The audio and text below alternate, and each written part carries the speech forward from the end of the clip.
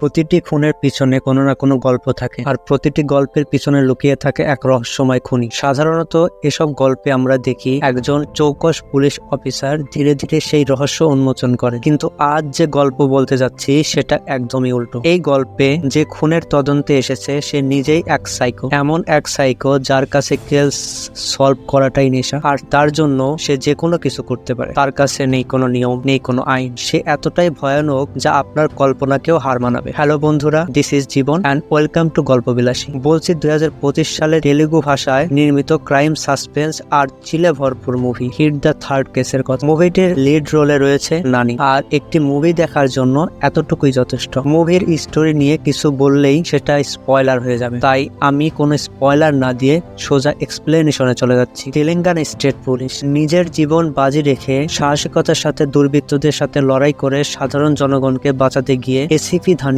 মারা গেছে, তাই এসিপি ধানিয়াকে পোস্ট ড্রাইভারি অ্যাওয়ার্ড দেওয়া হচ্ছে। অন্যদিকে যে ডিপার্টমেন্টে এসিপি ধানিয়ার মতো একজন পুলিশ অফিসার কাজ করত, সেই ডিপার্টমেন্টের আরেক অফিসার এসপি অর্জুন সরকার, যাকে একজন ক্রিমিনাল বলে আখ্যা দেওয়া হচ্ছে, আজই অর্জুন সরকারের কেসের হিয়ারিং। অর্জুন যে ক্রাইম করেছে সেটা আনএক্সপেক্টেবল ক্রাইম, তাই এভিডেন্স কালেক্ট করতে কিছু সময় লাগবে। সাথে রাষ্ট্রপক্ষের আইনজীবী অনুরোধ করে অর্জুনকে যেখানে রিমান্ডে রাখা হচ্ছে সেখানে সিকিউরিটি প্রবলেম আছে, তাই অর্জুনকে যেন সেন্ট্রাল জেলে রাখা হয়। তাই কোর্টের নির্দেশে অর্জুনকে সেন্ট্রাল জেলে পাঠানো হয়। অন্যদিকে এক মা তার 9 মাস বয়সী বাচ্চার কিডন্যাপিং কমপ্লেন নিয়ে থানায় এসেছে, আর সে যে ব্যক্তির বর্ণনা দিচ্ছে অনেকটা অর্জুনের সাথে মিলে যাচ্ছে। এদিকে অর্জুন জেলে আসার পর থেকেই সবার নজরই অর্জুনের দিকে, কারণ এখানের অর্ধেকের বেশি আসামিকে সে নিজেই জেলে পাঠিয়েছে। কেউ তো আবার তাকে খুন করার চেষ্টা করছে। তবে স্যামুয়েল নামে জেলে থাকা এক প্রভাবশালী কয়েদি অর্জুনকে তার সাথে নিয়ে যায়। স্যামুয়েল অর্জুনের সেফটির জন্য অর্জুনকে একটি ছুরি দেয়, সাথে জানতে চায় তুই তো পুলিশ অফিসার, এখানে কিভাবে? তাহলে চলুন সেই উত্তরটাই আগে জেনে আসি। অর্জুনকে দেখা যায় তার কার নিয়ে জঙ্গলের মধ্য দিয়ে যাচ্ছে। পথে একটি জায়গায় দাঁড়িয়ে তার পোষা একটি শকুনকে মাংস খাওয়ায়। এরপর দেখা যায় অর্জুন তার কারের মধ্যে কাউকে বেঁধে নিয়ে এসেছে। অর্জুন জঙ্গলের পাশের একটি জলাধারের উপর ওই ব্যক্তিকে উল্টো করে ঝুলিয়ে দেয়। এরপর ক্যামেরা সেট আপ করে অন ক্যামেরায় ওই লোকটার গলা কেটে তাকে খুন করে। আর এখান থেকে গিয়ে হোমোসাইড ইন্টারভেনশন টিমের অফিসে ডিসিপি নাগেশ্বর রাও এর কাছে জয়েন করে। এই টিমে এসপি র্যাঙ্কে অর্জুন একাই, সাথে রয়েছে এসপি বর্ষা, এসআই দীপঙ্কর এবং তারা সহ আরো 26 জন সদস্য রয়েছে। অর্জুনের লেফট শোল্ডারে পেইন অনুভব করছে, তাই অর্জুন গুগলে তার পেইন নিয়ে ঘাটাঘাটি করছিল। আবার বর্ষা অফিসের বিভিন্ন বিষয় নিয়ে কথা বলছে। এদিকে দিবাকর পা নাড়াচ্ছিল, আর এটা দেখে অর্জুন বিরক্ত হয়ে ধমক দিয়ে বসে। অবশ্য পরে শান্তভাবে নিষেধ করে। এতে করে বর্ষা আর দিবাকরও বুঝতে পারছে সামনের সময়গুলো হয়তোবা খুব বেশি ভালো যাবে। এর মধ্যেই একটি খুনের খবর আসে, আর হিটের টিম সেই জায়গাতে যায় যেখানে অর্জুন একজনকে খুন করে রেখে গিয়েছিল। অর্জুন এমন একটা ভাব করছে, মানে বোঝার কোনো উপায় নেই যে সেই খুন করেছে। গলায় একটি নির্দিষ্ট পয়েন্টে ছুরি চালানো হয়েছে, আবার বুকের কয়েকটা জায়গায় কাটা। ধারণা করা হচ্ছে সেখান থেকে অর্গান বের করে নেওয়া হয়েছে, কিন্তু খুনটা পানের উপর করায় কোনো ট্রেস পাওয়া যাচ্ছে না। লোকাল থানার এসআই জানায় ফুটপ্রিন্ট থাকলেও সুর রেখে গেছে, তার মানে এটাও কোনো কাজে আসবে না। আবার গাড়ির টার মার্কও গ্রেড লাইন দিয়ে নষ্ট করে দেওয়া হয়েছে। মূলত অর্জুন তো আগে থেকেই জানে যে তারা কোন কোন বিষয় তদন্ত করে, তাই অর্জুন ওইসব বিষয় মাথায় রেখেই খুনটি করেছে। তবে অর্জুন বর্ষার এবং দিবাকরের দিকে তাকিয়ে তাদেরকে তদন্ত করতে দিয়ে এখান থেকে চলে যায়। সিন চলে যায় রাতে। অর্জুন তার বাবার সাথে খাবার খাচ্ছে। এই যে ফটোটা সেটা অর্জুনের দাদা এডিজিবি ছিল। তারা যখন খাবার খাচ্ছিল তখন টিভিতে ওই খুনের নিউজ চলছিল। এজন্য অর্জুনের বাবা বলছিল কি যে দিনকাল আসলো, মানুষ এতটা হিংস্র কিভাবে হয়? অর্জুন জবাব দেয়, সন্তানকে ঠিক মতো লালন পালন না করলে এমনটাই হয়, তার মানে দুজনের মধ্যে কিছু একটা আছে। এরপর অর্জুন ছাদে গিয়ে তার শকুনকে খাওয়ায়। পরবর্তী দিন অর্জুন তার ডক্টরের সাথে দেখা করে। মূলত অর্জুনের অ্যাংজাইটি আছে, আবার বিপি খুব হাই, খুব সহজে ভায়োলেন্ট হয়ে যায়। এজন্য তাকে ডক্টরের অবজারভেশনে থাকতে হয়। অর্জুন ডক্টরকে তার শোল্ডার পেইনের বিষয়ে বলে, কারণ অর্জুনের ধারণা এর থেকে হয়তো হার্ট অ্যাটাক হতে পারে, কিন্তু ডক্টর জানায় এটা সমস্যা না, ঠিক হয়ে যাবে। এরপর অর্জুন চলে যায়। অর্জুন অফিসে গিয়ে ওই খুনের ব্রিফিং অ্যাটেন্ড করে। আর তখন দিবাকর অনুরোধ করছিল, স্যার আমার মেয়ের স্কুলের অ্যানুয়াল ডে, মেয়ে আমাকে ধরেছে যেতে হবে, আমার একদিনের ছুটি লাগবে। অর্জুন সোজা বলে দেয় ছুটি হবে না। একদিকে ব্রিফ চলছে আর অন্যদিকে অর্জুন ডেটিং অ্যাপে মেয়ে খুঁজছে। অর্জুনের এমন বেশ বয়স হয়েছে, এরপরও বিয়ে করেনি, এজন্য অ্যাপের প্রোফাইল দেখে মেয়েদের সাথে দেখা করে। কিন্তু অর্জুন এমন সব প্রশ্ন করে মেয়েগুলোর সাথে সাথে ওয়াশরুমের কথা বলে সেখান থেকে পালিয়ে যায়। আর এমনটা বহুদিন ধরে চলছে। সিন চলে যায় রাতে। অর্জুন ল্যাপটপে কিছু করছিল, তখনই তার বাবা এসে বলে, তুই কি বিয়ে করবি না এভাবে পণ দেখেই জীবন কাটাবি? তোর অফিসের কোনো মেয়েকে পছন্দ করে বিয়ে করে নে, কিন্তু অর্জুনের একটি রুলস আছে, আর তা হচ্ছে ডিপার্টমেন্টের কোনো মেয়েকে বিয়ে করা যাবে না। তার বাপ বলে, বাঁচতে হলে একজন সাথী প্রয়োজন হয়। অর্জুনের কথা, মা মারা যাওয়ার পর তুমি যখন আমাকে দাদার কাছে রেখে দেশ রক্ষা করতে চলে গিয়েছিলে তখন এসব মনে ছিল না? তার মানে এই বিষয়টা নিয়েই বাপ বেটার সম্পর্কের এই অবস্থা। সিন চলে যায় পরবর্তী দিন। অর্জুন অফিসের ছাদে এসে স্মোক করছিল, তখনই মৃদুলা নামে একটি মেয়ে অর্জুনের সাথে কথা বলতে আসে। অর্জুন তাকে চিনতে পারছিল না। মৃদুলা বলে, এত তাড়াতাড়ি বলে গেলে? গতকাল রাতেই তো ম্যাট্রিমনি সাইটে আমাদের চ্যাট হলো, তুমিই তো আমাকে এখানে আসতে বলেছো। অর্জুন স্পষ্ট বুঝতে পারছে এটা তার বাবার কাজ, এজন্য অর্জুন তার বাবাকে কল করে এবং জানতে পারে তার বাবাই ম্যাট্রিমনি সাইটে তার নামের প্রোফাইল খুলে মৃদুলার সাথে চ্যাট করেছে। এজন্য অর্জুন মৃদুলাকে সত্যি বলে দেয় যে গত রাতে তোমার সাথে আমি চ্যাট করিনি, আমার বাবা করেছে, আর আমাকে ফাঁসানোর জন্য সে এমনটা করে। তবে অর্জুন এটাও বলে, আমি তোমার ফটো দেখিনি, দেখলে আমি নিজেই তোমার সাথে চ্যাট করতাম। অর্জুন সত্যি বলায় মৃদুলা এই ব্যাপারটি খুব ভালো লাগে, যার জন্য মৃদুলা অর্জুনকে কফি অফার করে, আর এরপর তারা রেস্টুরেন্টে বসে কথা বলে। আর অর্জুন যেভাবে কথা বলছিল, অর্জুনের কথা শুনে মৃদুলা বলেই বসে, তোমাকে মনে হয় তোমার মা বড় করেনি, তোমার বাবা বড় করেছে, কারণ কোন সিচুয়েশনে কার সাথে কিভাবে কথা বলতে হয় তুমি সেটা জানো না, এগুলা সন্তানেরা মায়ের থেকে শিখে। তবে অর্জুন তার মায়ের ব্যাপারে বললে মৃদুলা বলে, তোমার যদি কোনো সমস্যা না থাকে আমি তোমাকে শেখাতে পারি। মৃদুলা জানতে চায় অর্জুন সানসেট পর্যন্ত ফ্রি আছে কিনা। অর্জুন বলে, সানসেট কেন, সে সানরাইজ পর্যন্ত ফ্রি আছে। এরপর দুজনই বিচে ঘুরতে যায়। এরপর সন্ধ্যার পর গাড়ি নিয়ে এখানে ওখানে ঘুরে বেড়ায়। দুজনেরই দুজনকে খুব পছন্দ হয়েছে। এরপর অনেক রাত পর্যন্ত ঘুরে অর্জুন মৃদুলাকে তার বাড়ির সামনে ড্রপ করে দেয়। তবে অর্জুন যখন বিদায় নিচ্ছিল, অর্জুন মৃদুলাকে কিস করতে যায়, তখন মৃদুলা মাথা দিয়ে বলে, এত লোভী হয়েও না, পরের জন্য বাঁচিয়ে রাখো। এরপর অর্জুন চলে আসে, আর অর্জুন এসেই দেখে তার বাবা অন্য একটি ম্যাট্রিমনি প্রোফাইলে তার অ্যাকাউন্ট ক্রিয়েট করছে। তবে অর্জুনকে খুশি খুশি দেখে অর্জুনের বাবাও কিছুটা আন্দাজ করতে পারছিল। সিন চলে যায় পরের দিন। গতদিনের মতো অর্জুন আজও অন্য একটি লোককে খুন করতে জঙ্গলের মধ্যে এনে ঝুলে রেখেছে। তবে ক্যামেরাটা অন করে অর্জুন যখনই তার গলা কাটতে যাবে তখনই বর্ষা এসে তাকে গান পয়েন্ট করে, কারণ অর্জুনের বিহেভিয়ার বর্ষার প্রথম থেকেই সন্দেহ হচ্ছিল। তাই বর্ষা সারাক্ষণ অর্জুনকে ফলো করে এসেছে, কিন্তু অর্জুনও খুব চতুর। অর্জুন খুব সহজেই বর্ষা থেকে গান কেড়ে নেয়। এরপর বর্ষা কে আগে চেয়ারে বেঁধে ফেলে। বর্ষা বলছিল, তোমাকে প্রথম দিন দেখে আমার সন্দেহ হচ্ছিল, এভাবে তুমি মানুষদের ধরে এনে খুন করছো, তুমি একটা সাইকো, তুমি পুলিশ হওয়ার যোগ্য নও, আমি তোমার নামে রিপোর্ট করব। তখনই অর্জুন এসে বলে, আমার নামে রিপোর্ট করে যদি আমাকে জেলেও পাঠাও তারপরও খুন হতে থাকবে। আর এখান থেকে সিন চলে যায় কয়েক মাস পূর্বে। অর্জুনের পোস্টিং তখন জম্মু কাশ্মীর। শ্রীনগর একটি খুনের খবর পেয়ে অর্জুন সেখানে যায়, আর এ হচ্ছে এসিপি রবির। এখানের খুনটাও সে একই প্যাটার্নে, যে প্যাটার্নে অর্জুন খুন করছে। গলার বাঁ দিকে নির্দিষ্ট একটি জায়গায় ধারালো কিছু দিয়ে কাটা হয়েছে, পিঠেও বেশ কয়েকটি জায়গায় কাটা, আবার মাথার খুলিটাও আলগা করে রাখা। রয় বলছিল অনেক বরফ পড়াতে ফুটপ্রিন্ট পাওয়া যায়নি, কিন্তু অর্জুনের কথা, ফুটপ্রিন্ট না পাওয়া যেতে পারে, টায়ার মার্ক তো পাওয়া যাওয়ার কথা, কারণ বরফ থাকলেও নিচে টায়ার মার্ক নিশ্চয়ই আছে। তাই অর্জুনের কথা মতো বরফ গলিয়ে সেখানে টায়ার মার্কও পাওয়া যায়। টায়ার মার্ক থেকে বোঝা যাচ্ছে এটা কোনো বড় গাড়ির টায়ার হবে। আর এখান থেকে বডি অত দূরে নিয়ে গেছে, তার মানে যে বহন করেছিল সে ভালো ফিটনেসের কেউ হবে। এজন্য এই স্পটের আশেপাশে লোকালয়ে যারা বসবাস করে তাদের থেকে তথ্য নেওয়া শুরু হয়। কেউ এখান দিয়ে কোনো গাড়ি যেতে দেখেছে কিনা। এর মধ্যে বডি পোস্টমর্টেম রিপোর্টও এসে পড়ে। বডির পিছনের দিকে যে ক্ষতগুলো আছে সেগুলো মৃত্যুর পরে করা হয়েছে, আর বডি থেকে 3টি অর্গান মিসিং। রবি ধারণা করছে এগুলো অর্গান প্যাকেটের কারো কাজ হতে পারে, কিন্তু অর্জুনের কথা, বডি থেকে যে সকল অর্গান মিসিং হয়েছে এগুলোর কোনো ট্রান্সপ্লান্টের কাজে আসে না, এসব অর্গান থেকে হরমোন জেনারেটর করা হয়।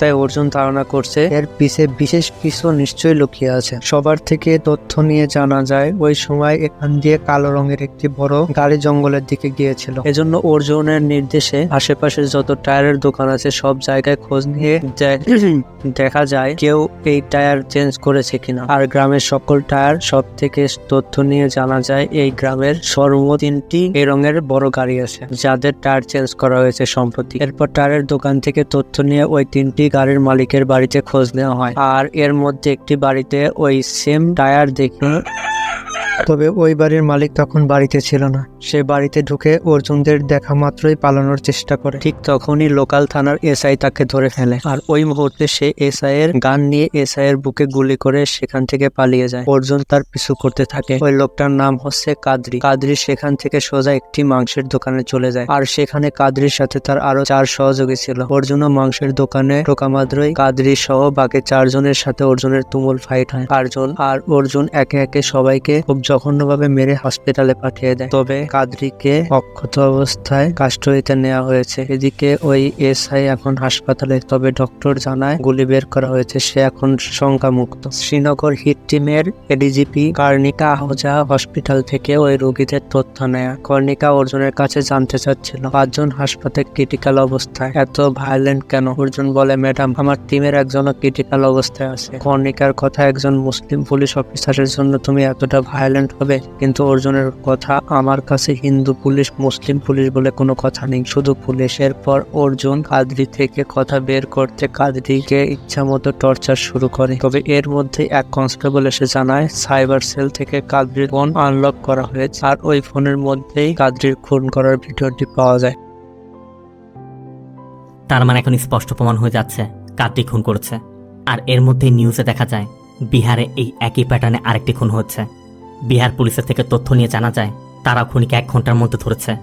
এত কম সময়ের মধ্যে 2 জায়গায় 2টি খুন, আবার 2 জন খুনিও আলাদা, একই প্যাটার্নে খুন। এটা কিভাবে সম্ভব?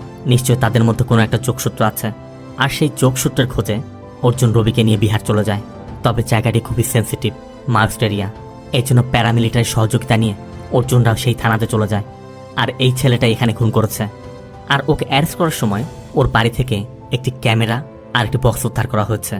ক্যামেরাটি ওপেন করে দেখা যায় এখানেও সেম প্যাটার্নে খুন করা হয়েছে এবং ভিডিও ধারণ করা হয়েছে। আর ওই বক্সের মধ্যে ভিকটিমের বডি থেকে ওই 3টি অর্গান বের করে প্রিজার্ভ করা হয়েছে। আর তখনই রবি জানায় দেশের বিভিন্ন জায়গায় ঠিক একই প্যাটার্নে আরও 13টি খুন হয়েছে, এমনকি দেশের বাইরেও 6টি হয়েছে, সবই একই প্যাটার্ন। তবে এদের কারোর সাথে কারোর কোনো কানেকশন নেই। অর্জুনের ধারণা যতগুলো কেস রেজিস্টার হয়েছে ততগুলো আমরা জানতে পেরেছি, এর বাইরেও তারও থাকতে পারে। আর সবগুলো খুন করা হয়েছে একই প্যাটার্নে, তাই এই খুনের পিছিয়ে নিশ্চয় কোনো মোটিভ আছে। এই জন্য অর্জুন এই কিলারের থেকে কথা বের করার চেষ্টা করছিল, কিন্তু কিলার কোনোভাবে মুখ খুলছে না। অর্জুন কাদরির ফটো দেখায়, তারপরও কিলার কোনো কথা বলছে না। তখনই প্যারামিলিটারি ফোর্সের একজন সদস্য এসে জানায় তাদের কাছে তথ্য এসেছে এই থানায় মাস্ট অ্যাটাক হবে। তার মানে এই ছেলেকে ছাড়াতেই থানায় অ্যাটাক করা হবে। এই জন্যই তাদের খুব দ্রুত এখান থেকে চলে যেতে হবে। অর্জুন এই কিলারকে শ্রীনগরে ট্রান্সফার করে দিতে বলছিল, কিন্তু তার জন্য ম্যাজিস্ট্রেটের পারমিশন লাগবে, আর সেই পারমিশন নিতে 2 ঘন্টা সময় লাগবে। কিন্তু তাদের হাতে এত সময় নেই। আবার ঠিক সেই সময়ই ওই কিলার সেলের ভিতর থেকে ইশারায় বোঝাচ্ছিল অর্জুনরা তার একটা চুলও ছিটতে পারবে না। তাই অর্জুন ম্যাজিস্ট্রেটের পারমিশন ছাড়াই ওই কিলারকে নিয়ে রওনা হয়ে যায়, আর পথেই তাদের উপর মাস্ট অ্যাটাক হয়।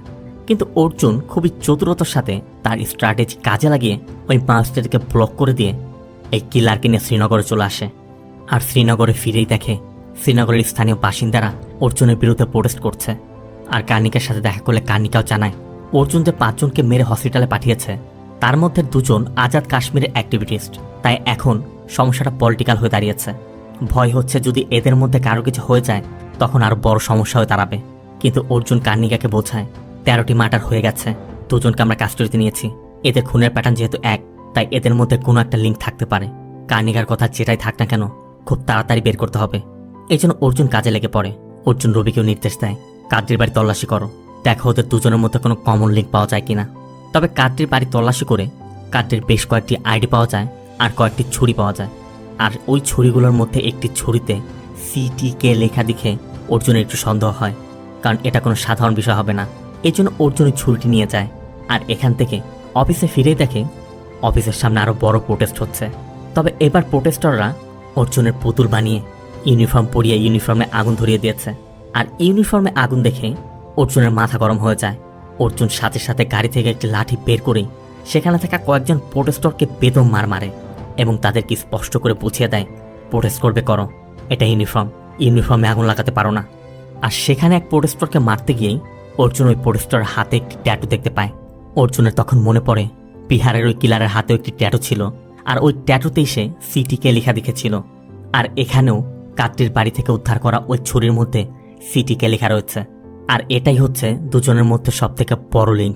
একই প্যাটার্নে খুন, ট্যাটু, তারপর যে সকল অর্গান মিসিং হয়েছে সবকিছু বিবেচনা করে অর্জুন ধারণা করছে এই খুনগুলো হয়তো বা কোনো রিলিজিয়াস কালচারের পারপাসে হতে পারে, কারণ 70s ইউএসএও এইরকম সিরিয়াল কিলিং হতো। আর এর জন্য অর্জুনের এই ঘটনাকেও সিমিলার মনে হচ্ছে। তাই অর্জুন ওই 2 কিলারকেই একই রুমে নিয়ে আসে।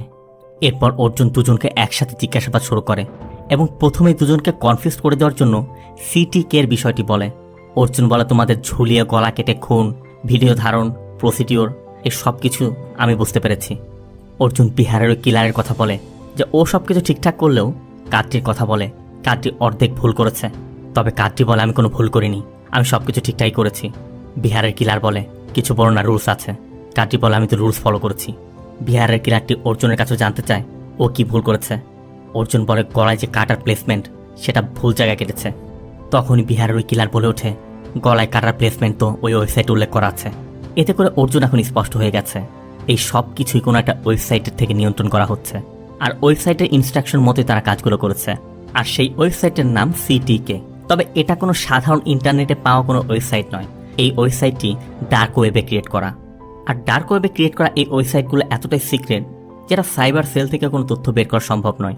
আর এই সুযোগটা কাজে লাগিয়েই আর্মস ডিলার, প্রস্টিটিউশন এবং বিভিন্ন ইললিগাল কার্যক্রমগুলো ডার্ক ওয়েবে চালানো হয়। এই সিটিকেও হচ্ছে তেমনই একটি। আর ডার্ক ওয়েবে সার্চ করেই এই ওয়েবসাইটটিও পাওয়া যায়। সিটিকের ফুল মিনিং হচ্ছে ক্যাপচার, টর্চার, কিল।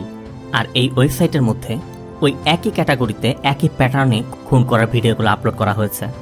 অর্জুনের ধারণা, সাধারণত সাইকো কিলাররা খুন করে ধরা পড়ে যাওয়ার ভয়তে সেগুলো প্রকাশ করতে পারে না, আর তাদের এই প্রকাশ করার মাধ্যম হিসেবেই ডার্ক ওয়েবে এই সিটিকে ওয়েবসাইট ক্রিয়েট করা, যেখানে তারা টর্চার করে, খুন করে, ভিডিও করে আপলোড করছে। আর এই ওয়েবসাইটের মূল উদ্দেশ্য হচ্ছে একই মানসিকতার, মানে বিকৃত মানসিকতার সবাইকে একত্র করা। মানে সোজা কথায় বলতে গেলে এটা হচ্ছে সিরিয়াল কিলার বা সাইকো কিলারদের একটি সোশ্যাল মিডিয়া। রবি জানতে চায়, তাহলে সেম প্যাটার্নে খুন করে ভিডিও কেন আপলোড করছে? অর্জুন বলে, এই ওয়েবসাইটে মেম্বার হওয়ার জন্য, তাদের আস্থা অর্জন করার জন্য প্রত্যেককে এই প্যাটার্নে 2টি করে খুন করতে হয় এবং সেই ভিডিও করে এই ওয়েবসাইটে আপলোড করতে হয়। আর কিভাবে খুন করতে হবে, কোন প্যাটার্নে খুন করতে হবে, কোন কোন অর্গান বের করতে হবে, কিভাবে সেটা প্রিজার্ভ করতে হবে, এই সব কিছুই এই ওয়েবসাইটে ইনস্ট্রাকশন দেয়া থাকে। আর এই প্রক্রিয়াটা সম্পূর্ণ করার পরই তারা এই গ্রুপের মেম্বার হতে পারে। তবে সবথেকে চমকে দেওয়ার মতো বিষয় হচ্ছে, এই গ্রুপে যত মেম্বার আছে তাদের জন্য বছরে একবার অ্যানুয়াল মিটের আয়োজন করা হয়, যেখানে তারা সবাই দেখা করে। তাই এই ওয়েবসাইট কে রান করছে, কি কারণে রান করছে, আর ওই অর্গানগুলো কোথায় যাচ্ছে, আর বছরে একবার তারা কোথায় মিট করছে, অর্জুনকে এখন সেই বিষয়গুলো জানতে হবে। এরপর এই ওয়েবসাইটটি এক্স্যাক্টলি কোন লোকেশন থেকে রান করা হচ্ছে, সাইবার সেল সেই বিষয়টির তথ্য বের করার চেষ্টা করে, কিন্তু মাল্টিপল সার্ভার থেকে ওই ওয়েবসাইটটি ইউজ করায় এক্স্যাক্ট লোকেশন টেস্ট করা সম্ভব হচ্ছে না। এদিকে বাইরে প্রোটেস্টররা প্রোটেস্ট করেই চলেছে, আর অর্জুনও তথ্য বের করার জন্য ওই 2 কিলারকে টর্চার শুরু করে। আর এর মধ্যে খবর আসে হসপিটালের ওই 5 জনের একজন মারা গেছে। তাই কার্নিকা দ্রুত অর্জুনকে এখান থেকে চলে যেতে বলছিল, কিন্তু অর্জুন তা না শুনে ওই বিহারের ওই ছেলেটিকে টর্চার শুরু করে।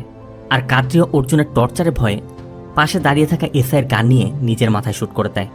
হসপিটালে একজন, কাস্টডিতে একজন, 2 জনের মৃত্যু হয়। অর্জুনকে ইমিডিয়েটলি শ্রীনগর থেকে বিশাখাপট্টনমে ট্রান্সফার করে দেওয়া হয়। সিন প্রেজেন্টে অর্জুন বর্ষাকে বলে ওই লোকগুলোকে আটকাতে, তারা কোথায় দেখা করছে, কি জন্য করছে, আর তাদেরকে ধরতে ওই গ্রুপের মেম্বার হওয়া ছাড়া আমার কাছে আর কোনো রাস্তা নেই। আর এজন্যই অর্জুন ওই গ্রুপের মেম্বার হওয়ার জন্য এই খুনগুলো করছে। কিন্তু বর্ষার কথা, এজন্য আপনি নিরীহ মানুষের জীবন নেবেন? কিন্তু অর্জুন জানায়, বর্ষা যাকে নিরীহ ভাবছে সে 8 বছরের একটি মেয়েকে ধর্ষণ করে হত্যা করেছে, আর আগের খুনটি যে করেছিল সেও ছিল একজন ক্রিমিনাল। তাই অর্জুন কোনো নিরীহ মানুষকে খুন করেনি। এরপর অর্জুন বর্ষার সামনেই ওই ব্যক্তির গলা কেটে তাকে খুন করে। আর এই সব কিছু জানার পর বর্ষা অফিসে গিয়ে ডার্ক ওয়েব থেকে ওই সিটিকে ওয়েবসাইট ভালো করে পর্যবেক্ষণ করে অর্জুনকে একটি ভিডিও দেখায়, যেটা জোরাবর সিং নামে একজন আপলোড করেছে।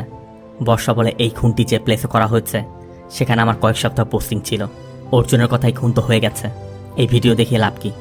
বর্ষা বলে, এই খুনটি যে করেছে সে শুধুমাত্র একটি ভিডিও আপলোড করেছে, তার মানে আরেকটি ভিডিও আপলোড করতে তাকে আরও একটি খুন করতে হবে। আর জোরাবার হয়তোবা আজ হোক, কাল হোক বা 1 সপ্তাহ পরে হোক ওই খুনটি করবে। এই জন্য তারা যদি এখন জোরাবরকে ধরতে পারে, তারা একজনের জীবন বাঁচাতে পারবে। অর্জুন সাথে সাথে টিম নিয়ে রাজস্থানের জয়পুরে চলে যায়। আর জোরাবরের আপলোড করা ভিডিওতে জোরাবরের গায়ে যে জ্যাকেটটি আছে সেখানে ক্যাস্টলের লোগো লাগানো। তাই লোকাল পুলিশের এসআই ওই লোগো দেখে বলে, স্যার, এই ধরনের জ্যাকেট পেট্রোল পাম্পে কাজ করা স্টাফরাই শুধুমাত্র পরে। এই জন্য শহরে যত পেট্রোল পাম্প আছে সব পেট্রোল পাম্পে খোঁজ করতে শুরু করা হয়। রাত দিন 24 ঘন্টা ওই কিলারকে খোঁজা হচ্ছে। এদিকে মৃদুলা মেসেজ করছে তুমি কবে ফিরে আসবে। অর্জুন রিপ্লাই করে তুমি জয়পুর আসো না কেন। এদিকে দিবাকর আবারও তার মেয়ের স্কুলের ফাংশনের জন্য একদিনের ছুটি চাইছে, তবে এবারও অর্জুন বলে দেয় ছুটি হবে না। আর এরপর অর্জুন গেস্ট হাউসে পৌঁছে দেখে ফ্লাইট নিয়ে মৃদুলা চলে এসেছে। আর মৃদুলা অর্জুনের জন্য একটি গিফট এনেছে। মৃদুলা অর্জুনের মায়ের পুরাতন ফটো দিয়ে এআই জেনারেটেড একটি ভিডিও তৈরি করেছে, যেখানে মৃদুলা নিজে অর্জুনের জন্য ভয়েস ওভার করেছে। আর এটা দেখে অর্জুন একদমই আবেগাপ্লুত হয়ে যায়। এদিকে বর্ষা অর্জুনকে একটি তথ্য দিয়ে দ্রুত সেখানে যেতে বলছে। আর অর্জুন যখন বর্ষার সাথে কথা বলছিল তখন মৃদুলা অর্জুনের ল্যাপটপ থেকে তার সার্চ হিস্টোরি দেখে ফেলে। আর একদিকে অর্জুন চলে যায় আর মৃদুলা ক্যাব নিয়ে এয়ারপোর্টে চলে যায়। অর্জুন এখান থেকে একটি পেট্রোল পাম্পে গিয়ে সেখানে স্টাফদের সাথে কথা বলছিল। আর তখনই সেখানে কালো রঙের একটি বোলেরো গাড়ি এসে দাঁড়ায়। আর অর্জুন লক্ষ্য করে জোরাভার এই গাড়ির মধ্যে আছে। তবে অর্জুন কাছে আসা মাত্রই জোরাভার দ্রুত সেখান থেকে পালিয়ে যায়। অর্জুনও তার কার নিয়ে জোরাভারের কারকে ফলো করতে শুরু করে। তবে কিছু দূর যাওয়ার পর একটি অ্যাক্সিডেন্ট হয়। অর্জুন জোরাভারের কারটি হারিয়ে ফেলে। তবে একটু দূরে চেকপোস্টে বর্ষারা রয়েছে। বর্ষারাও জানায় এদিকে কোনো কার আসেনি, তার মানে কারটি পাশেই জঙ্গলের মধ্যে কোথাও লুকিয়ে আছে। এই জন্য অর্জুন একটি টর্চ নিয়ে পাশে জঙ্গলের রাস্তা ধরে জঙ্গলের গভীরের দিকে গিয়ে দেখে জোরাভারের কারটি সেখানেই রাখা। আর কারের কাছে যেতেই দেখে কারের মধ্যে একটি মেয়েকে বেঁধে রেখেছে। তবে অর্জুন যখন ওই মেয়েকে ছাড়ানোর চেষ্টা করছিল তখনই জোরাভার এসে অর্জুনের পেটে ছুরি ঢুকিয়ে দেয়। ঠিক তখনই অর্জুনের মনে পড়ে ট্রেনিংয়ে তাদেরকে শেখানো হয়েছিল কেউ যদি তাদের পেটে ছুরি ঢুকিয়ে দেয় তাহলে ছুরি ঢোকানোর সময় বডির যে পরিমাণ ড্যামেজ হবে ছুরি বের করলে তার থেকে বেশি ড্যামেজ হবে। তাই যে কোনো মূল্যে ছুরি বের করতে দেওয়া যাবে না। অর্জুন ও জোরাভারকে কিছুতেই ছুরিটি বের করতে দিচ্ছে না। এরপর অর্জুন আর জোরাভারের মধ্যে ফাইট শুরু হয়। একসময় অর্জুন জোরাভারকে মারতে মারতে মাটির মধ্যে ফেলে রাখে। এরপর কারের মধ্যে থাকা ওই মেয়েটিকে যখনই ছাড়ানোর চেষ্টা করছিল তখন জোরাভার এসে অর্জুনের পেটের থেকে ওই নাইফটি বের করে ফেলে। সাথে সাথে অর্জুনের রক্তক্ষরণ শুরু হয় আর অর্জুনও বেহুশ হয়ে পড়ে যায়। জোরাভার অর্জুনকে তার কারের পিছে তুলে নেয়। তখন জোরাভার ফোনে তার ভাইকে বলছিল রাস্তায় একটু সমস্যা হচ্ছে, এই জন্য দেরি হচ্ছে, ঘন্টাখানেকের মধ্যে পৌঁছে যাব। আর জোরাভারের ভাই হচ্ছে এই সিটিকে ওয়েবসাইটের অ্যাডমিন, যাকে সবাই আলফা বলে ডাকে। আর আলফা ওয়েবসাইট চেক করে দেখে সিটিকে ওয়েবসাইটের মেম্বার হওয়ার জন্য যে টাস্কটি দেওয়া হয় অর্জুন সেই টাস্ক পূরণ করেছে। এই জন্য অর্জুনকে তারা মেম্বার করে ওয়েলকাম মেসেজ পাঠিয়ে দেয়। এদিকে জোরাভার অর্জুনকে নিয়ে সেখান থেকে দূরে একটি পরিত্যক্ত বাংলোর পাশে যায়। আর অর্জুনের জ্ঞান ফিরে আসায় অর্জুন জোরাভারের গলায় ছুরি মেরে জোরাভারকে মেরে ফেলে। আর জোরাভারের কারের মধ্যে জোরাভারের ফোন এবং ওয়ালেটও পাওয়া যায়। সাথে সাথে অর্জুন বর্ষাদের ইনফর্ম করা মাত্রই বর্ষারা এসে অর্জুনকে উদ্ধার করে। এরপর হসপিটাল নেওয়া হলে পরবর্তী দিনই অর্জুনের জ্ঞান ফিরে আসে। আর জ্ঞান ফিরতে অর্জুন প্রথমেই তার ল্যাপটপ চেক করে দেখে সিটিকে ওয়েবসাইটের মেম্বারশিপের জন্য তাকে অ্যাপ্রুভাল দেওয়া হয়েছে, মানে সে এখন সিটিকে ওয়েবসাইটের মেম্বার। আর এরপর অফিসে যেতেই অর্জুনকে অ্যানুয়াল মিটিংয়ের ইনভাইটেশন দেওয়া হয়, যেখানে কিভাবে যেতে হবে, ভেন্যু কোথায় হবে সব কিছু ইনস্ট্রাকশন দেওয়া আছে। অর্জুনকে অরুণাই এক্সপ্রেস ট্রেনে করে নাহারলাগুনে নেমে যেতে হবে। এরপর তার ওয়ালেট এবং ফোন স্টেশনের ডাস্টবিনে ফেলে পায়ে হেঁটে বোরাম বাস স্ট্যান্ডে যেতে হবে। সেখান থেকে তারা অর্জুনকে পিক করে নিয়ে যাবে। অর্জুন ডিজিপি নাগেশ্বরকে সব কিছু জানায় এবং বলে যে এই সবাইকে একসাথে ধরার এটাই উপযুক্ত সুযোগ। কিন্তু নাগেশ্বরের কথা, তুমি এই গ্রুপে জয়েন করলে কিভাবে? অর্জুনের কথা স্যার যেভাবেই হোক না কেন আপনি এর গুরুত্বটা বোঝার চেষ্টা করুন। নাগেশ্বরের কথা আমি এটা বুঝতে পারছি না, তুই এত পার্সোনালি নিচ্ছে কেন এই বিষয়টা? অর্জুন বলে স্যার এই ধরনের ক্রিমিনালদের হয় জেলের মধ্যে থাকা উচিত, না হলে 6 ফিট মাটির নিচে, আর তারা খোলা ঘুরে বেড়াচ্ছে। আর এইসব ক্রিমিনালদের নির্মূল করার জন্য পার্সোনালি নিতে হয় না, একজন পুলিশ হওয়াটা যথেষ্ট। তবে অর্জুনের অনুরোধে নাগেশ্বর বলে অরুণাচল প্রদেশে এমনিতে ইস্যু চলছে, তাই এটা কভার অপারেশন হতে হবে। তবে শর্ত একটাই, অর্জুনের টিমে নাগেশ্বরের একজন অফিসার থাকবে যে সবসময় নাগেশ্বরকে আপডেট দিবে। সিন চলে যায় পরবর্তী দিন। অর্জুন বর্ষার দীপাকারকে নিয়ে ট্রেনের সামনে দাঁড়িয়ে আছে। আর ঠিক তখনই নাগেশ্বর তার অফিসারকে নিয়ে আসে। আর এই অফিসার অন্য কেউ না, মৃদুলা। আর মৃদুলাকে দেখেতে অর্জুন একদমই হতবাক। এরপর তারা অরুণাচল প্রদেশে যাত্রা শুরু করে। আর ট্রেনের মধ্যে বসে অর্জুন সবাইকে ইনস্ট্রাকশন দিয়ে দেয় যে তোমরা সবাই আলাদা আলাদা কম্পার্টমেন্টে চলে যাবে, আমি নাহারলাগুন স্টেশনে নেমে যাব। ওদের ইনস্ট্রাকশন মতো আমার ওয়ালেট আর ফোন আমি ডাস্টবিনে ফেলে যাব, তাই আমার সাথে তোমাদের কোনো কন্ট্যাক্ট হবে না। কিন্তু বলুন বাস স্ট্যান্ডের 500 মিটার দূরে তোমাদের জন্য একটি কার রাখা আছে, তোমরা যেন ধরা পড়ে না যাও সেজন্য কারের হেডলাইট কাজ করবে না, তাই নিরাপদ দূরত্ব রেখে তোমরা আমাকে ফলো করে যাবে। আর যখনই তোমরা লোকেশনে পৌঁছে যাবে অরুণাচল প্রদেশের লোকাল পুলিশকে কাজে লাগিয়ে দিবে। এরপর অর্জুন সবাইকে আলাদা আলাদা কম্পার্টমেন্টে পাঠিয়ে দেয়। কিন্তু মৃদুলা মাত্র 2 মিনিটের জন্য কথা বলতে চাচ্ছিল, কিন্তু অর্জুনের কথা বলার কোনো ইচ্ছাই নেই। এরপর অর্জুন যখন দরজার সামনে দাঁড়িয়ে স্মোক করছিল, তখন মৃদুলা অর্জুনকে কথা বলতে বাধ্য করে। অর্জুনের কথা, নাগেশ্বর আমাকে ফলো করতে বলেছিল, এই জন্য আমার সাথে দেখা করছো তাই তো?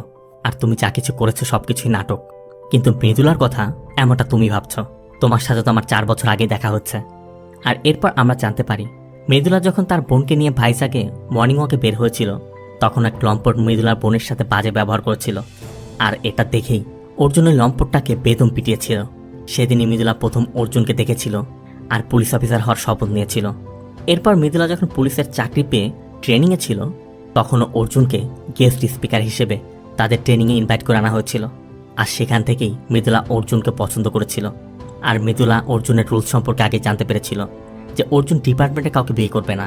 এই জন্যই মূলত মৃদুলা অর্জুনের কাছে তার পরিচয়টা গোপন রেখেছে। তবে এই সব কিছু জানার পর অর্জুন এখন বুঝতে পারছে মৃদুলা তাকে ফলো করার জন্য এসব করেনি, মৃদুলা বাস্তবেও তাকে ভালোবাসে। আর এরপরই তারা পরবর্তীর জন্য যে বিষয়টা বাঁচিয়ে রেখেছিল সেই কাজটা সেরে ফেলে। আর এরপর স্টেশনে আসার একটু আগেই অর্জুন মৃদুলার কাছে জানতে চায়, তুমি আর কিছু বলতে চাও? মৃদুলা শুধু বলে দেয়, আমি সকালে ঘুম থেকে উঠে তোমার চেহারাটা দেখতে চাই, তোমার ছবি নয়। এরপর সিটিকের ইনস্ট্রাকশন মতো পরবর্তী স্টেশনেই অর্জুন নেমে যায়। আর তাদের কথা মতো অর্জুন তার মোবাইল ফোন এবং ওয়ালেট ডাস্টবিনের মধ্যে ফেলে হাঁটতে হাঁটতে বেলাম বাস স্ট্যান্ডে চলে যায়। মৃদুলার 500 মিটার দূরে ওই কারের পাশে থেকে অর্জুনের উপর নজর রাখছে। সব কিছুই তাদের প্ল্যান মতোই হচ্ছিল। তবে সমস্যাটা তখনই বাধে যখন অর্জুনকে পিক করতে একসাথে 3টি কার এসে থামে। অর্জুনকে কোন কারে ওঠানো হয়েছে মৃদুলারা কিছুই বুঝতে পারছে না। এই জন্য মৃদুলারা 3টি কারকে ফলো করতে শুরু করে। তবে কিছু তো যাওয়ার পর কারগুলো আলাদা আলাদা রাস্তায় ঢুকে যায়। আর মৃদুলা একটি পয়েন্টে দিবাকরকে এবং আরেকটি পয়েন্টে বর্ষাকে নামিয়ে অন্য কারকে ফলো করতে থাকে। এরপর 3টি কারই 3টি জায়গায় গিয়ে থামে। মৃদুলা দিবাকর আর বর্ষার সাথে কন্ট্যাক্ট করে। তারা ধারণা করে 3টি জায়গার কোনো একটি জায়গায় হয়তোবা অর্জুন গানা হয়েছে, তাই লোকাল পুলিশ আসা পর্যন্ত তারা অপেক্ষা করবে। কিন্তু এরপরে আমরা দেখতে পাই অর্জুন এই 3টি জায়গার কোনোটাতেই নেই।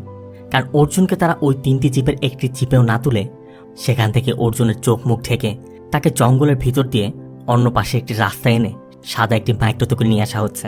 মূলত ওই 3টি কার পুলিশকে বোকা বানানোর জন্য ব্যবহার করা হয়েছে। তারা অর্জুনকে অরুণাচল প্রদেশের গভীর জঙ্গলের মধ্যে একটি বার্মিজ প্যালেসে নিয়ে যায়, যেটা বহুদিন যাবত পরিত্যক্ত পড়ে আছে। আর পৌঁছানো মাত্রই আলফা নিজে এসে অর্জুনকে রিসিভ করে এবং আলফা জানায় এই পরিত্যক্ত ভবনটি 150 বছর আগে বার্মিজ রয়্যাল প্যালেস ছিল। এরপর অরুণাচল সরকার এই প্যালেসটিকে হসপিটাল হিসেবে ব্যবহার করেছে। তবে গত 40 বছর যাবৎ এটা পরিত্যক্ত পড়েছিল। এজন্য প্রতি বছর তারা এখানে মিট আপের অ্যারেঞ্জমেন্ট করে। কথা বলতে বলতে আলফা অর্জুনকে একটি রুমে নিয়ে যায় আর কিছুক্ষণ রেস্ট করে রেডি হয়ে আসতে বলে। অর্জুন রুমে ঢুকেই দেখে তার জন্য একটা হোয়াইট স্যুট রাখা। এদিকে লোকাল পুলিশের ফোর্স চলে এসেছে। অর্জুনকে কোন প্লেসে রাখা হয়েছে বর্ষা যেহেতু স্পষ্ট বুঝতে পারছে না, তা বর্ষা চাইছে একসাথে 3টি প্লেসে রেড করতে। কিন্তু নাগেশ্বর বর্ষাকে এত তাড়াহুড়ো না করে অপেক্ষা করতে বলে। এদিকে অর্জুন রেডি হয়ে গেছে। আর অর্জুনের মতো এই গ্রুপের নতুন আরও 4 জন মেম্বার আছে। তাই আলফাই 5 জন নতুন মেম্বারকে অন্য মেম্বারদের সাথে পরিচয় করিয়ে দিতে নিয়ে যায়। আর এখানে একটা রিং রয়েছে যেখানে 2 জন ফাইট করে যাচ্ছে। আর এই ফাইট সাধারণ ফাইট নয়, এটা মৃত্যুর খেলা। এখানে ফাইট করলে যে কোনো একজনকে মরতে হবে। আর অর্জুনদের চোখের সামনেই একজন আরেকজনকে মেরেও ফেলে। এরপর আলফা সেখানে থাকা একটু রশি দেখিয়ে দেয় এবং এই 5 জনকে 5টি রশি কাটতে বলে। মূলত এখানে যারা রয়েছে সবাই সাইকো। আর এই সাইকোগুলো সমাজে নির্দ্বিধায় ঘুরে বেড়াচ্ছে। আর সিটিকের মূল উদ্দেশ্য এই সাইকোদেরকে ফ্রিডম দেওয়া, মানে তাদের মধ্যে যে ভায়োলেন্ট কাজ করছে সেগুলো যেন তারা ওপেনলি করতে পারে, সেই ফ্রিডমের জন্য তারা কাজ করছে। মানে সাইকোদের কত চিন্তা ভাবনা, কেউ দেশ স্বাধীন করে শান্তির জন্য, আর এরা স্বাধীন করবে মানুষকে খুন করার জন্য। এদিকে আলফা তাদের সাথে কথা বলছে, আর অন্যদিকে ওই রশিগুলো কেটে দেওয়ার সাথে সাথেই সেখানে রাখা একটি মেয়ে ছিন্ন ভিন্ন হয়ে যায়। চোখের সামনে এটা দেখে অর্জুন নিজেকে থামাতে পারছে না, কিন্তু অর্জুন কিছু বলতে পারছে না। তবে এরপর আলফা বলে এটা তো শুরু মাত্র, আরও ভায়োলেন্ট হওয়া বাকি। এরপর মূল পার্টি শুরু হয়। একদিকে ডিজে গান বাজছে, অন্যদিকে সবাই ডান্স করছে।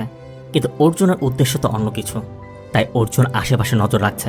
তখনই অর্জুনের চোখ পড়ে এক ব্যক্তির উপর যে আন্ডারগ্রাউন্ড থেকে বেরিয়ে আসছিল। এই জন্য অর্জুন খুব কৌশলে সে আন্ডারগ্রাউন্ডে ঢুকে যায়।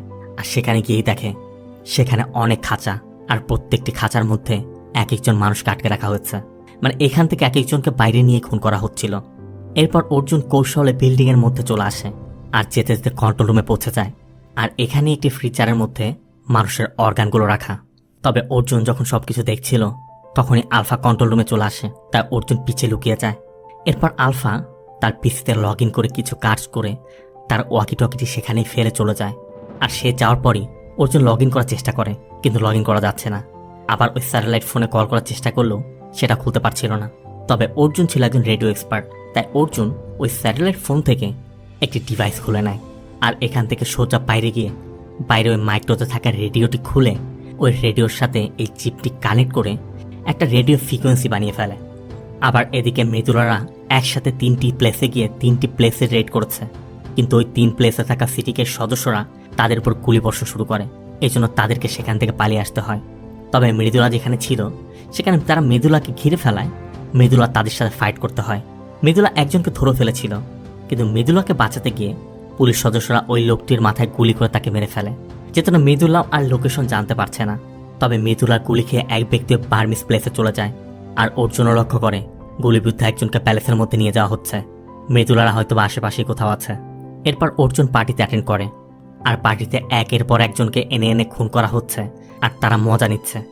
তবে এরপরে আমরা দেখতে পাই অর্জুন পার্টিতে জয়েন করার আগে রান্নাঘরে থাকা সিলিন্ডারগুলো গ্যাস ছেড়ে দিয়ে এসেছে। আর এখানে থাকা লোকটিকে তারা যখনই খুন করতে যাচ্ছিল তখনই রান্নাঘরে ব্লাস্ট হয়। সবাই দৌড়ে বাইরে গিয়ে দেখে রান্নাঘর দাও দাও করে জ্বলছে। তবে সিটিকের ইতিহাসে এই ঘটনা প্রথম, এমন কখনোই ঘটেনি। তাই আলফা সন্দেহ করছে তাদের টিমের মধ্যে কোনো পুলিশ ঢুকে পড়েছে, এর জন্য সবাইকে ভিতরে নিয়ে যাওয়া হয়। আবার এদিকে মৃদুলা নাগেশ্বরকে জানাচ্ছে তারা যে 3টি লোকেশনে রেড করেছিল কোনোটাতে অর্জুন নেই, তবে ওরা দিবাকরকে ধরে নিয়ে গেছে। মৃদুলা বলছিল আমরা এখন লোকাল টিম নিয়ে একটি বড় সার্চ অপারেশন চালু করতে চাচ্ছি, কিন্তু নাগেশ্বর সোজা বলে দেয় পুলিশ স্টেশন থেকে এক পাও বের হবে না, আমি কোনো ইনস্ট্রাকশন না দেওয়া পর্যন্ত তোমরা কোনো পদক্ষেপ নেবে না বলে নাগেশ্বর কল কেটে দেয়। কিন্তু মৃদুলার কথা, এভাবে তো আমরা বসে থাকতে পারি না, অর্জুনকে আমাদের বাঁচাতে হবে। তাই বর্ষাকে নিয়ে মৃদুলা বেরিয়ে যায়। অন্যদিকে রান্নাঘরের ব্লাস্টের ঘটনায় আলফা সবাইকে জড়ো করেছে।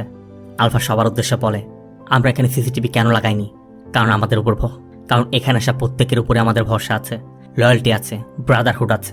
তবে প্রথমবার তাদের এখানে কিছু হয়েছে।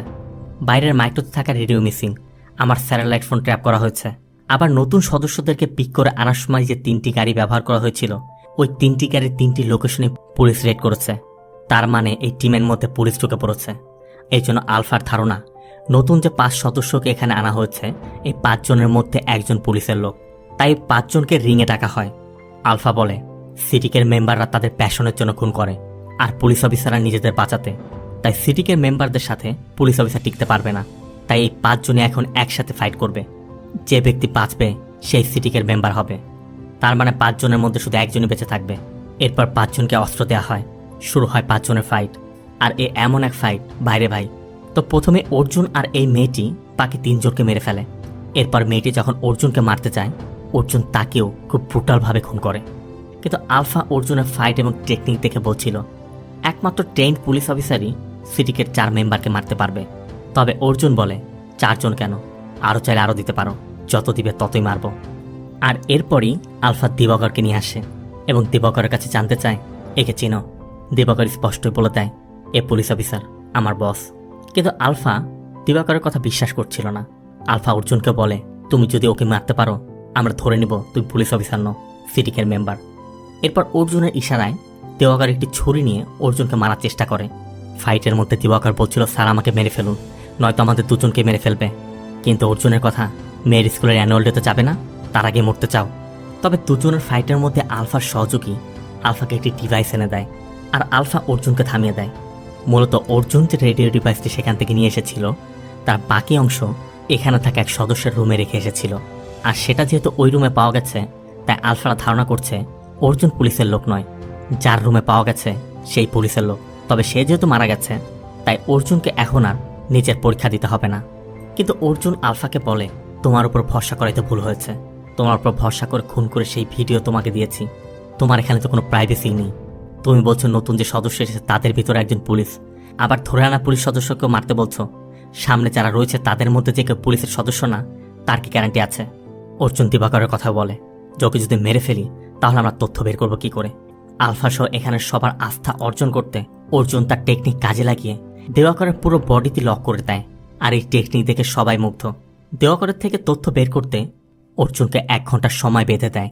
আর এই সুযোগে অর্জুন দিবাকরকে নিচে নিয়ে আবার ঠিক করে দেয় এবং দিবাকরকে বলে, এরপর কি হতে চলেছে আমি কিছু বলতে পারবো না, তবে এখানে থাকা একজন মানুষের জীবন যেতে দেওয়া যাবে না। আমি বাইরে থেকে প্ল্যান বানাবো, সবার ফোকাস যখন আমার দিকে থাকবে তখন সে সবাইকে নিয়ে করিডোরে চলে আসবে, বাকিটা এরপর দেখা যাবে। দিবাকরের কথা, স্যার 150 জন সদস্য কি করে সম্ভব? অর্জুনের কথা, করিডোরটা মাত্র 6 ফুট, একসাথে একজনের বেশি অ্যাটাক করতে পারবে না। একবার কোনো রকমের করিডোর ক্রস করতে পারলে বক্সিং এরিয়া, তারপর মেইন লবি, আর মেইন লবি থেকে বের হতে পারলেই জঙ্গল। দিবাকরের কথা, স্যার এটা কি সম্ভব হবে? অর্জুন দিবাকরকে বলে, আমি কখনো ইউনিফর্ম পরি না, সিভিল ড্রেসের থেকেও আমার মনে হয় আমি সবসময় ইউনিফর্মে আছি। তোমাকে সহ এখানে সকল ভিকটিমদেরকে সেফভাবে বের করে দেওয়া আমার দায়িত্ব, আর এরপর ওদেরকে সেখান থেকে সেফ জায়গায় নিয়ে যাওয়া তোমার দায়িত্ব। কিন্তু দিবাকরের কথা, স্যার তাহলে আপনার কি হবে? অর্জুন বলে, আমি ওদেরকে আটকাবো, দেখা যাক না স্কোর কত হয়। অর্জুন সেখানে থাকা বন্দীদেরও বলে দেয়, আজকে তোমরা তোমাদের জীবনের জন্য দৌড়াবে। এরপর অর্জুন বাইরে এসে আলফাকেও বলে, ও HIG টিমের সদস্য, 3 বছর ধরে সিটিকের উপর স্টাডি করছিল, তবে সিটিকের কোনো মেম্বারের সাথে ওর কোনো লিঙ্ক নেই, তাই ভয়েরও কোনো কারণ নেই।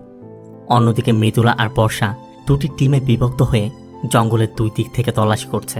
আর তল্লাশি করতে করতে মৃদুলা কিছু পাইপ দেখতে পায়, আর সেই পাইপ ধরে জঙ্গলের ভিতরের দিকে যেতেই একটি ওয়াকি টকিতে সিগন্যাল দিচ্ছিল। মৃদুলা ওয়াকি টকি চেক করে ওয়াকি টকিতে 155 ফ্রিকোয়েন্সি সেট করে দেখে এই ফ্রিকোয়েন্সিতে আসছে, আর এটা হচ্ছে রেডিও ফ্রিকোয়েন্সি। আর মৃদুলা ভালো করে জানে অর্জুন একজন রেডিও এক্সপার্ট, তার মানে অর্জুনই হয়তোবা তাদেরকে সংকেত পাঠাচ্ছে। এই জন্য ফ্রিকোয়েন্সি যেদিক থেকে আসছে, মানে যেদিকে গেলে শব্দ বাড়ছে, মৃদুলা সেদিকে যেতে শুরু করে। আর এদিকে চলছে অন্য এক যজ্ঞ, মানে সিটিকের আজকের অ্যানুয়াল মিটে এমন কিছু হতে চলেছে যা এ পর্যন্ত হয়নি। মানে ব্রুটালিটিরও তো একটা সীমা থাকে, তারা আজ যা করতে যাচ্ছে তার সব কিছুকে হার মানাবে। এই জন্য তারা 9 বছরের এক বাচ্চাকে নিয়ে এসেছে। আর মুভির প্রথমে আমরা এই বাচ্চার মাকেই দেখেছিলাম যে পুলিশের কাছে তার মেয়ের কিডন্যাপিংয়ের কমপ্লেন নিয়ে এসেছিল। ওই সময় অর্জুনও সেখানে উপস্থিত ছিল, আর অর্জুন ওই মাকে কথা দিয়েছিল তার বাচ্চাকে সে উদ্ধার করে নিয়ে যাবে। এরপর সিটিকের একজন সদস্য যখনই ওই বাচ্চাকে মারতে আসছিল, তখনই অর্জুন এক কোপে ওই লোকটার বডি থেকে তার মাথা আলাদা করে দেয়। সাথে সাথে দিবাকরও ওই বন্দীদেরকে নিয়ে বেরিয়ে আসে। সিটিকের সকল মেম্বার এখন বুঝতে পারছে অর্জুনই পুলিশ অফিসার। অর্জুন ওই বাচ্চাটাকে কেজের মধ্যে রাখতে বলে যাতে কেউ কিছু করতে না পারে। অন্যদিকে মৃদুলার বর্ষায় ফ্রিকোয়েন্সি টেস্ট করতে করতে জঙ্গলের গভীরে আসতেই অর্জুনের সেই শকুনটি দেখতে পায়। মূলত অর্জুন এই শকুনের সাথেই ওই রেডিও ফ্রিকোয়েন্সি সেটআপটি লাগিয়ে দিয়েছিল, আর এই শকুনটা এখন মৃদুলাদেরকে পথ দেখিয়ে ওই প্যালেসের দিকে নিয়ে যাচ্ছে। আর এদিকে অর্জুন এক এক করে সিটিকের মেম্বারদেরকে কুপিয়ে কুপিয়ে মারছে, প্রথমে করিডোরের মধ্যে, এরপর ওই বক্সিং রিংয়ে, আর তারপর লবিতে। এমন ব্রুটালভাবে মারছে ভাইরে ভাই, মানে ব্রুটালিটি কাকে বলে সেটা খুব স্পষ্ট করে এখানে নানি বুঝিয়ে দিয়েছে। আর নানির যে এক্সপ্রেশন, মানে ভয়ঙ্কর অবস্থা। এখানে কম করে হলেও 5 থেকে 7 মিনিটের একটা ফাইট আছে, আর এখানে নানির এক্সপ্রেশনগুলো আমি ছোট ছোট ক্লিপ আকারে আপনাদেরকে দেখানোর চেষ্টা করছি। একদিকে অর্জুন তাদেরকে মেরে লবির শেষ পর্যায়ে চলে এসেছে, আর অন্যদিকে মৃদুলারাও ওই শকুনকে ফলো করতে করতে প্যালেসে পৌঁছে গেছে। এদিকে অর্জুনও মারতে মারতে ক্লান্ত হয়ে গেছে। তবে অর্জুন লবির সামনের ওই দরজা ভেঙে দিবাকরদেরকে বের করে দেয়। আর দিবাকর যাওয়ার সময় যখন অর্জুনকে ডাকছিল, অর্জুন তখন অন্যদের ফাঁদে পড়ে গেছে। অর্জুন শুধু বলে দেয়, সবাইকে বলে this Arjun Sarkar not out. আর এরপর অর্জুন তাদের হাতে ধরা পড়ে যায়। তবে তারা যখনই অর্জুনকে মারতে যাবে, তখনই সেখানে এসপি কৃষ্ণদেবের এন্ট্রি হয়। মানে হিট দি সেকেন্ড কেসে হায়দ্রাবাদের এই সাইডটির যে এসপি ছিল সেই কৃষ্ণদেব। কৃষ্ণা একজন একজন করে শ্যুট করে মারতে থাকে। আর কৃষ্ণা অর্জুনকে বলে, এদেরকে আমি দেখছি, এদের মধ্যে তোর কতজনকে জীবিত চাই? অর্জুন বলে 0। এরপর অর্জুন আর কৃষ্ণা দুজনই এদেরকে মারতে থাকে। মৃদুলা আর বর্ষাও তাদের টিম নিয়ে ভিতরে এসে শ্যুট করতে শুরু করেছে। সাথে হিট দি ফার্স্ট কেসে যে অভিলাষকে দেখেছিলাম, সেই অভিলাষ তার টিম নিয়ে চলে এসেছে। মানে পুরো হিট ফ্র্যাঞ্চাইজির hit the first case, second case এবং থার্ড কেস, মানে 3টা মুভিতেই যে সদস্যগুলো ছিল সবাই একসাথে ফাইট করছে। তবে সবাই যখন এই সদস্যদের মারতে ব্যস্ত, এই সুযোগে আলফা পালানোর চেষ্টা করছিল, কিন্তু মৃদুলা আটকাতে গেলে আলফা মৃদুলার গলায় ছুরি ধরে। তবে অর্জুন মৃদুলাকে একটা কমান্ড দেওয়া মাত্রই মৃদুলা নিচু হতেই অর্জুন আলফার হাতে শ্যুট করে দেয়। আর এরপর বাকি সদস্যরা এসেও আলফাকে ঘিরে ফেলে। তখনও আলফা অর্জুনকে বলছে, মারার সময় যাকে মারছো তার মধ্যে ভয় বা পেইন না থাকলে যে মারছে সে স্যাটিসফাই হতে পারে না। আমার চোখের দিকে তাকিয়ে দেখো, এর কোনোটা আমার মধ্যে নেই, তোমাকে আমি সেই স্যাটিসফ্যাকশন দেব না। তবে তখনই অর্জুন আলফাকে তার ছোট ভাইয়ের কথা বলে, মানে অর্জুন ওই জঙ্গলের মধ্যে যাকে মেরে রেখে এসেছিল সেই ছিল আলফার ভাই। আর অর্জুন তার পার্সে থাকা ফটো দেখেই জানতে পেরেছিল। আর এটা শোনার পরই আলফার চোখে মুখে অন্ধকার নেমে আসে। অর্জুন বলে আমার জন্য এতটুকুই যথেষ্ট, বলে আলফার মাথায় শুট করে দেয়। সিং চলে যায় কয়েকদিন পর। মৃদুলা বলছিল সব কিছুই তো সমাধান হয়ে গেল, কিন্তু এই অর্গানগুলো কি হলো? তখনই নিউজে আসে অরুণাচল প্রদেশের ওই পুরাতন বার্মিজ বাংলোতে মানুষকে খুন করে তাদের অর্গান বের করে সুইডেনের হরমোজেনিক একটি কোম্পানির কাছে বিক্রি করে দেওয়া হতো। আর এটি হচ্ছে একটি সুইডিশ ফার্মা কোম্পানি। আর এই হরমোজেনিক ফার্মা কোম্পানি ইন্ডিয়ার কেটিসি কোম্পানির দ্বারা মানি লন্ডারিংয়ে কাজ করত। আর ওই কেটিসি কোম্পানি রান করত স্যামুয়েল জোসেফ। আর ওই স্যামুয়েল জোসেফই এই সিটিকে রান করাতো, কারণ মানুষকে টর্চার করে খুন করার সময় তাদের বডি থেকে একজনের হরমোন নির্গত হতো, যাকে মূলত এন্ডোসিন হরমোন বলা হয়ে থাকে। আর এই হরমোন দিয়ে হরমোজেনিক্স একটি ট্রাক তৈরি করে। এই ট্রাকটা তারা ভাইগ্রা তৈরির কাজে ব্যবহার করে। অনেক সময় যেমনটা শোনা যায় 70-80 বছর বয়সের বৃদ্ধ ব্যক্তিরও বাচ্চা হয়েছে, তারা নতুন বিয়ে করছে, বিভিন্ন মডেলদের সাথে তাদের যাওয়া আসা আছে। মূলত ওই সকল বয়স্ক বিলিনিয়ারদেরকে ফোকাস করার জন্যই, তাদের জন্যই এই ভাইগ্রাটি তৈরি করা হচ্ছিল। আর স্যামুয়েল জোসেফ ওই ট্রাক বিক্রির টাকা ট্রাস্টের মাধ্যমে ইন্ডিয়াতে মানি লন্ডারিং করাতো। আর স্যামুয়েল জোসেফের এই মানি লন্ডারিং মামলাটি এসিপি থান্নিয়া তদন্ত করছিল। আর এসিপি থান্নিয়া 3 মাস যাবৎ মিসিং। আর এরপরে আমরা জানতে পারি ওই দিন ওই পার্টিতে প্রথমে যে মেয়েটির বডিটি ছিন্ন ভিন্ন করে ফেলা হয়েছিল ওই মেয়েটি ছিল এসিপি থান্নিয়া। 3 মাস যাবৎ তাকে ওখানে আটকে রাখা হয়েছিল। ধন্যা মূলত শুধু কেটিসি নিয়ে তদন্ত করছিল, সিটিকের বিষয় কিছুই জানতো না। কিন্তু সিটিকের বিষয় জানতে জানতে ধন্যা ওই সিটিকের ফাঁদে পড়ে গিয়েছিল। মৃদুলা বলে তার মানে ধন্যাকে খুন করা হয়েছে, কিন্তু অর্জুন বলে খুন করা হয়নি, ও নিজেই জীবন দিয়েছে। কারণ ওই দিন উপর থেকে নির্দেশনা দেওয়া হয়েছিল 3 নম্বর কেসের ভিকটিমকে উপরে নিয়ে যেতে, কিন্তু 3 নম্বর কেসে তখন ওই শিশুটি ছিল। তাই ধন্যা তার নিজের কেসের নম্বর মুছে 3 করে রেখেছিল।